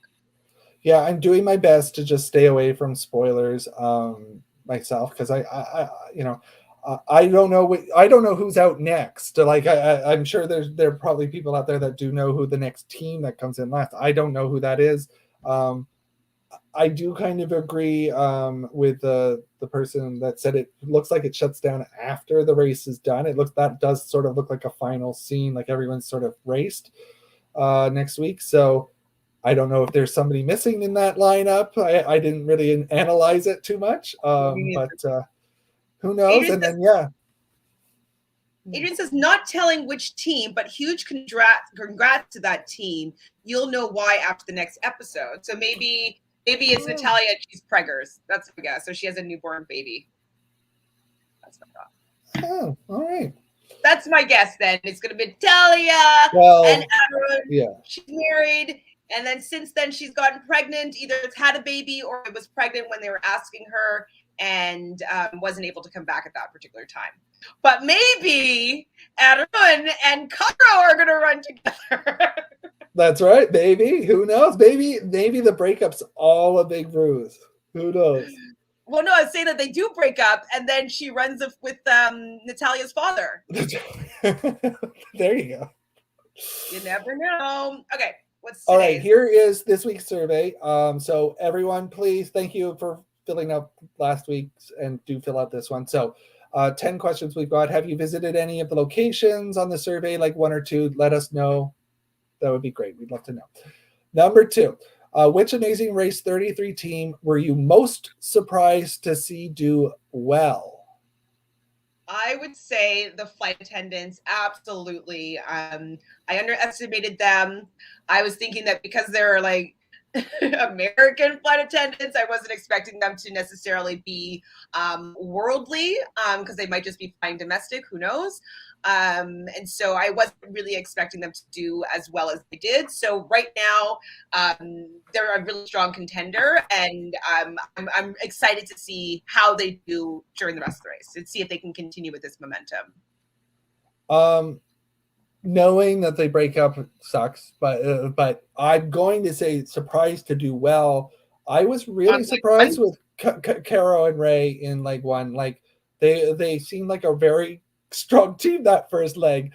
So I was thinking of them because neither of us picked them. I was kind of like, I just think that they're just going to not do well at all in this race. Like it's just going to fall apart right away. So I was pleasantly surprised that at least they had one good leg.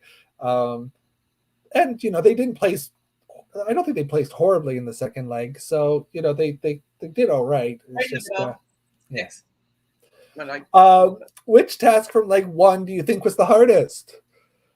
I'll read them to you, but like really good luck. Okay, finding someone. I think the artist den. You can read it if you want. It's the artist den one. Yeah, I agree. But who knows? Maybe other people disagree with that. Were you surprised with the elimination of Michael and Mo? Of course I was. Wasn't they my winning picks? Like I thought that they were going to be able to. Were they your first pick? Were they your first pick? I don't know if they were my first pick, but I think when we talked at the end, I said that I was hoping that they would take the win. Yeah. So I think my first pick was Anthony and Spencer. Maybe I would have probably gone that route.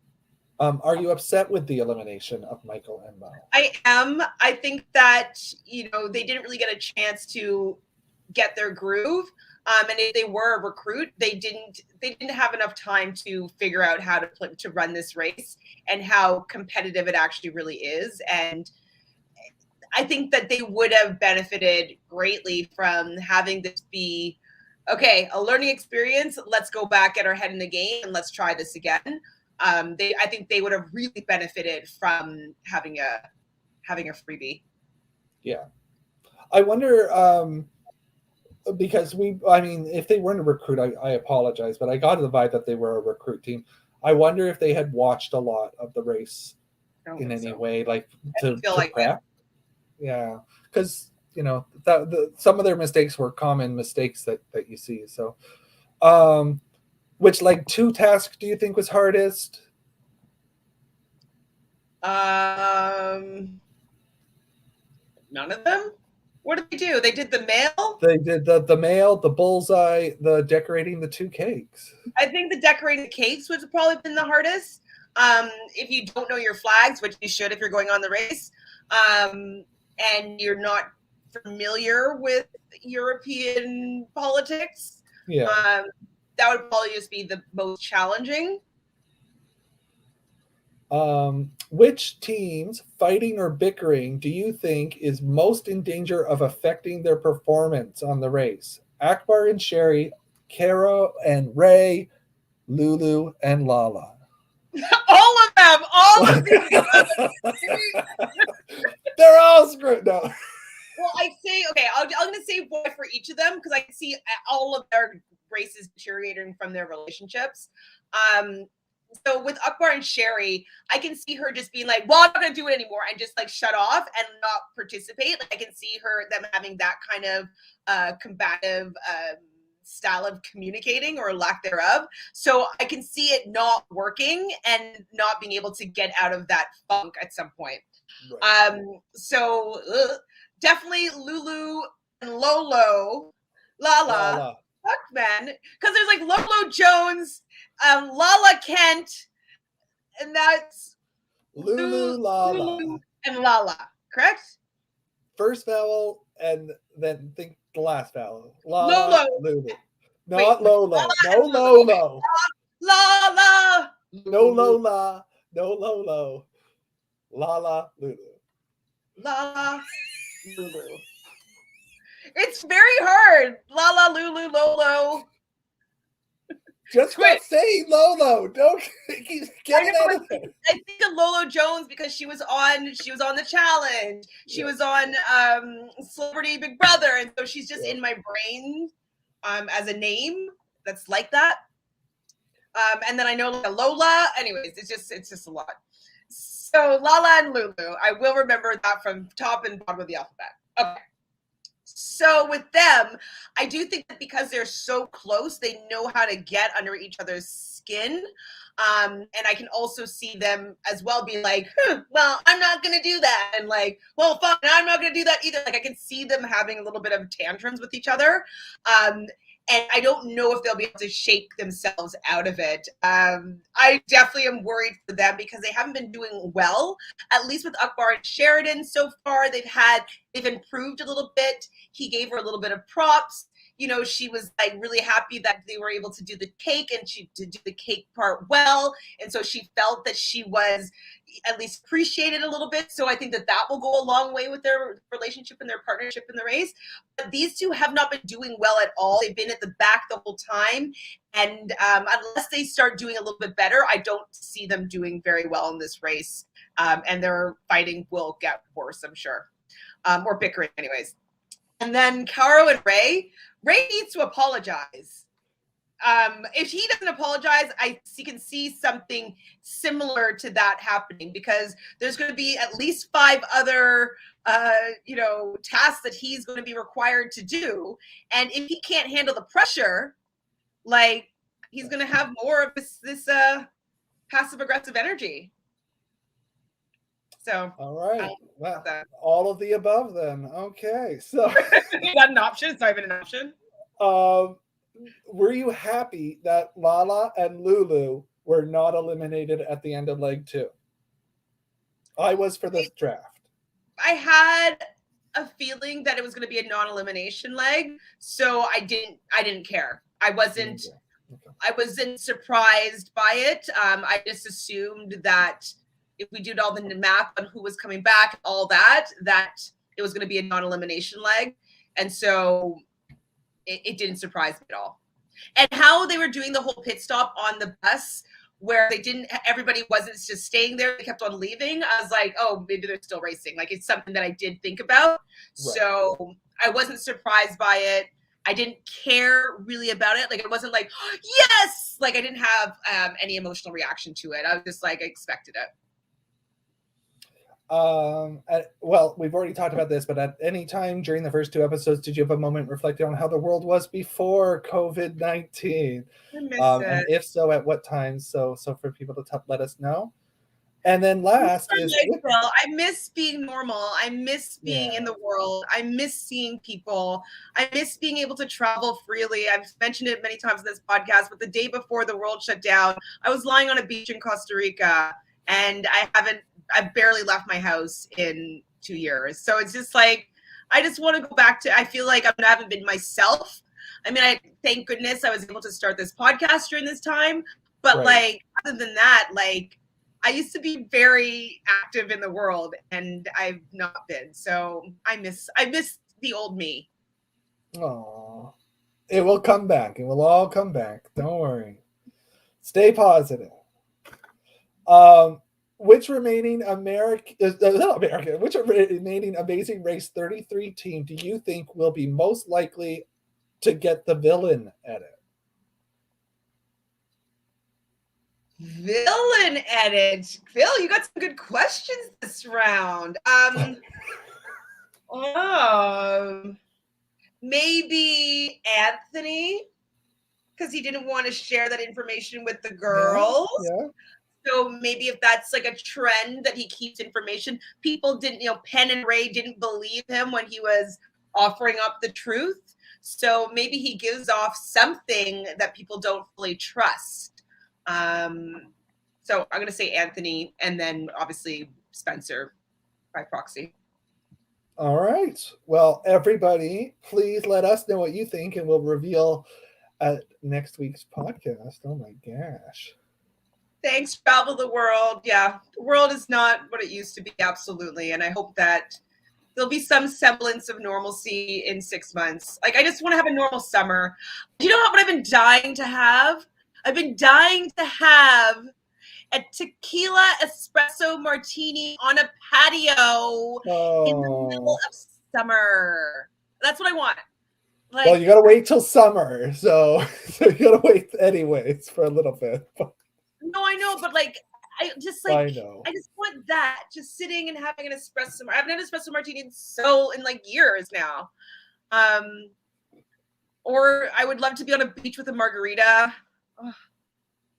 I'd love to go to a restaurant freely. Like, all of our restaurants are, well, not shut down, but they're closed at 11 for sure, and it's just not this. It's just not the same. Anyways, not complaining. I have this channel. I have you. I have all you guys in the chat. Thank you guys for hanging out with us for these full 2 hours. I know this was a long one, but it was a long episode. So we will be hopefully tighten it up in the next few weeks to come. I'll figure out how to make notes that are concise that I can read and understand. And as I get to know the people better, it's easier to talk about them, because like, you don't have to think for a moment, like, who is that again? Yeah. What happened there? What's their names? What's their backstory? So obviously, as we get more familiar, we're going to get a little bit tighter in our recap. But this was still fun. I enjoyed talking about this with you. How are you feeling?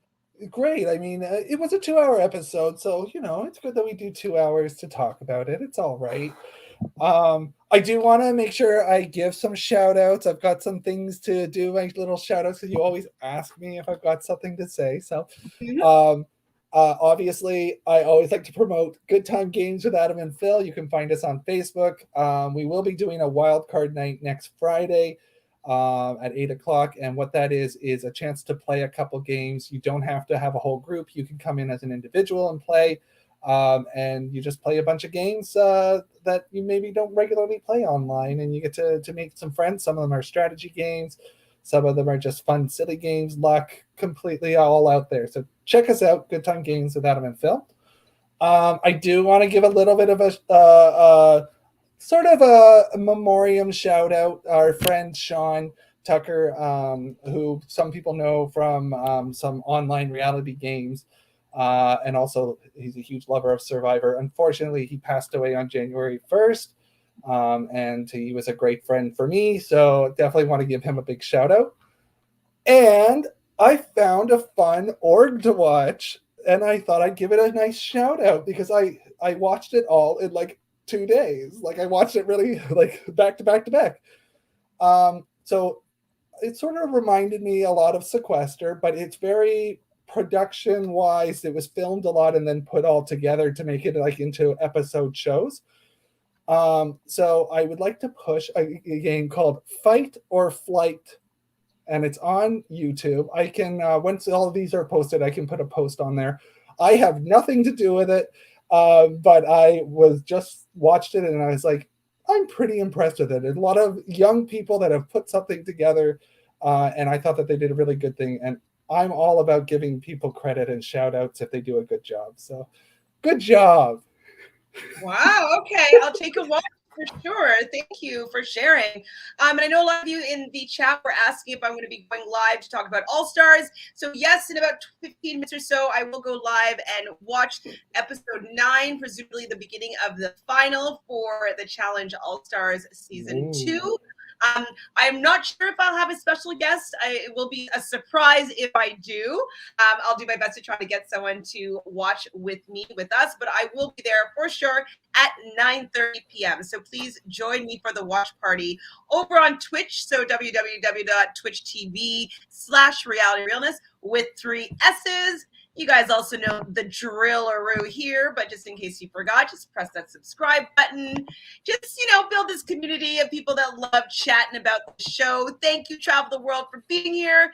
Everybody in the chat, honestly, you guys make this so much fun. I'm sorry that I wasn't able to get to everybody, but there was just so much content and trying to, read my notes and keep everything in line. It was definitely a learning experience today. So thank you for your patience. Thank you for being here. Thank you, Phil, for being here.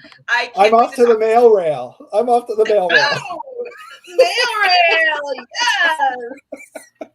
I could picture it being a male stripper review, and I can go there as cougar night. Be like, woo! You're always welcome at the mail rail, Chantele. Always welcome. Thank you so much, everybody. We'll see you next week.